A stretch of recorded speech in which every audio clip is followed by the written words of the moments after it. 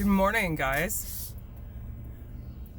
I've had a couple people ask me recently, given my insane schedule, like, who are you doing this for? Like, what keeps you going? Why? How? There's a couple answers to that. So, just to clarify on that, I work 11-hour days. It's Monday, Thursday, and Wednesday. Sorry. I'm trying to think here. And then I do 8 hours of work and then 5 hours of school in person on Tuesdays. And then I go and work for about 6 hours on Friday, and then I do homework, and then I have the weekend for whatever. Usually. Actually, not usually, because there's usually other stuff that I have to do. And then I have to do all my homework for 13 credits, semester credits, during whatever time that I have left. So, yeah, I don't really have a whole lot of time for anything, which is why my jeeping excursion was really a big, important thing for me.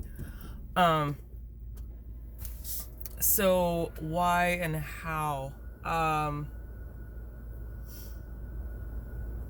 Honestly, a lot of it started as survival. Can you tell I'm tired? Yes.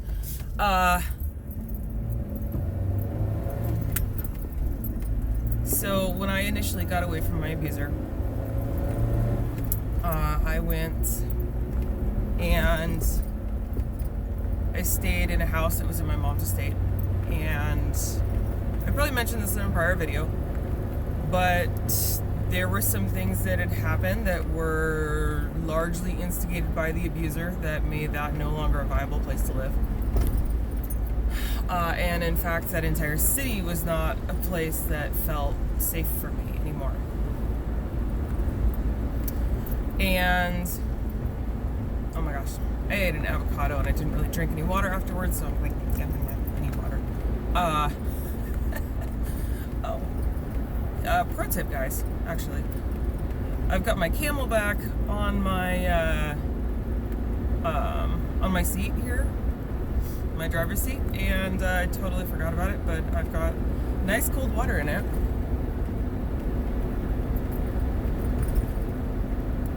So, if you're somebody who tends to, forget to bring water with you in your vehicle when you go somewhere, or, you just don't really have the ability to grab a water bottle when you're driving, get a Camelback or some similar water storage system and strap it on the back of your driver's seat.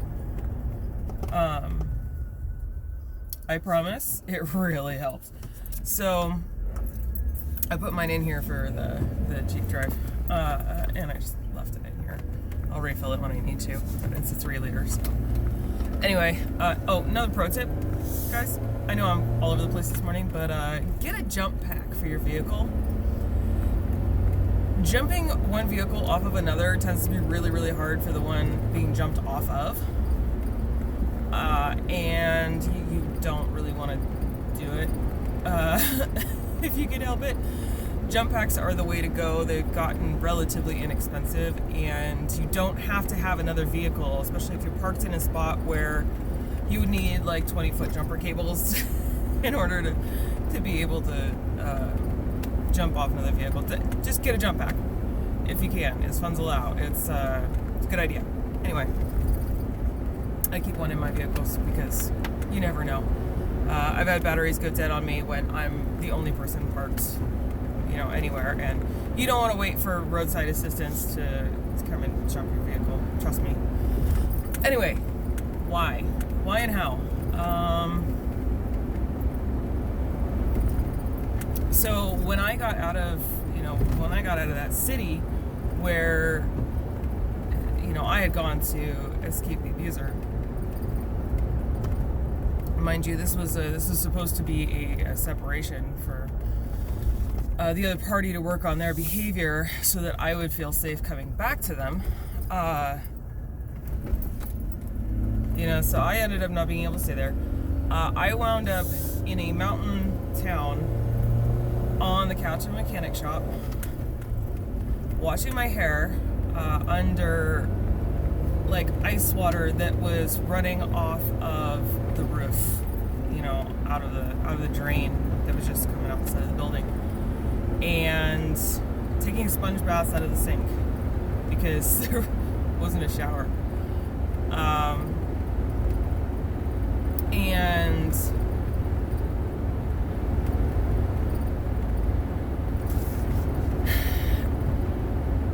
that's what I had to do in order to make myself as safe as I could. I had been so beaten down that I didn't believe that I could work and hold a job. I didn't believe that I could handle the pressure. And funny enough, I kind of jumped into the deep end of the pool by starting work at a car dealership as, doing sales. And, I had a good manager and I had a couple of not so good managers, and I ended up moving on from that. And I got into construction. And again, had a good boss, had some not so good bosses. Moved on from that. Did towing for a while. The company went under. And I ended up doing excavation for a while. Then COVID happened. And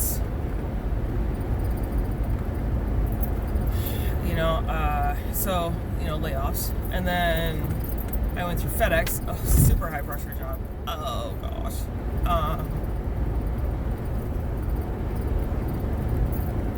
And from that, I ended up doing some machining work for a little bit, hurt my wrists because I was picking up heavy stuff without my wrist being actually built up and conditioned for it. So they're like, oh, we don't think it's a good fit. And then I've ended up where I'm at now, and I really like most of the people there. It's a really good work environment. It's a lot of fun. It's fast paced for sure, and I don't know. It's a good place to be. I've got a different job, career that I'm looking at getting into, at least for a while. Gain some experience. And I don't really want to leave where I'm at. So how does this tie into the why and the how? Well, it has to do with you get knocked down, you get in a situation that's not working for you, and you got to change something. You got to figure out how to bounce back.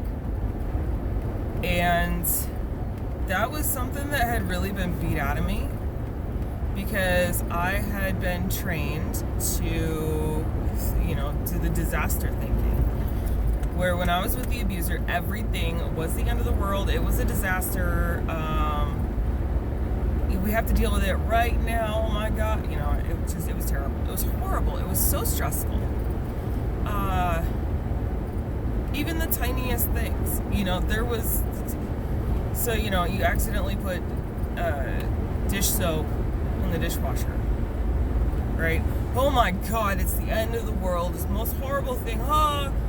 Me, I'm just sitting there laughing, saying, all right, let's clean it up. And the abuser's freaking out. This is early in that relationship, which, kind of shows you I was adaptable. I had the ability to laugh at situations, handle them. But then, by the end of that, that's not really a place that I was in. And I didn't really have that ability. So, why and how? A lot of my why, honestly, has been proving the abuser wrong. has been, and of course, my abuser had told me, oh, when I'm telling you that you can't do all these things, I'm just using reverse psychology so that you will actually do them. Like, no, that's not how that works. Any rate, a lot of it is literally just proving the abuser wrong and proving to myself that I can. A lot of it is just straight bullheadedness on my part. An inability to stay down when I get knocked down. You see the fights in the ring there where, you've got the guy who just keeps getting up. They get hit and they just keep getting up. And that's what a lot of my recovery has been, is just getting hit, getting knocked down, getting back up again. And it is just this dogged determination and an inability to quit. No matter how much I might hate it at the time, I found that I have an ability to quit and give up on situations that are not good for me. But I cannot give up on my own survival. I cannot give up on making my own life better for me and for the people around me, like making myself better. I am a functional adult. I have bills to pay. It used to be that I was basically so crippled and ridden with anxiety and depression because of this abusive relationship that I was in and how I was treated and what I've been trained to believe, that I wasn't functional. During that relationship, I had, against my abuser's will, gone and applied for a job, and I was offered the job, and I just never went because the abuser had just picked me to pieces and totally broken what small confidence I had plucked up about, going and working a job, and it had totally undermined me. So that was something I really had to overcome.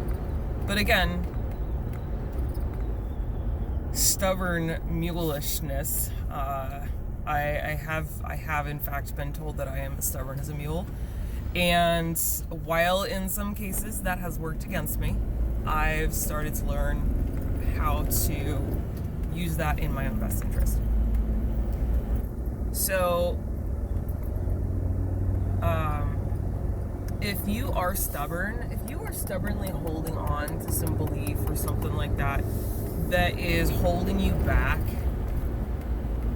examine that and take a look at your stubbornness, and don't see that as a bad thing. I know it's easier said than done, but it is not a bad thing because it can be used to serve you. You just have to pick which direction. You just have to pick which direction you're going to point that stubbornness in. You can't just be stubborn about everything. This goes back to my thing about being teachable. Be teachable. Be stubbornly teachable. Be stubborn about your desire to better yourself. Don't give up on it. No matter what obstacles are in your way, be stubborn. Be bullheaded about it. If there's a mountain in your way, go over it or go around it.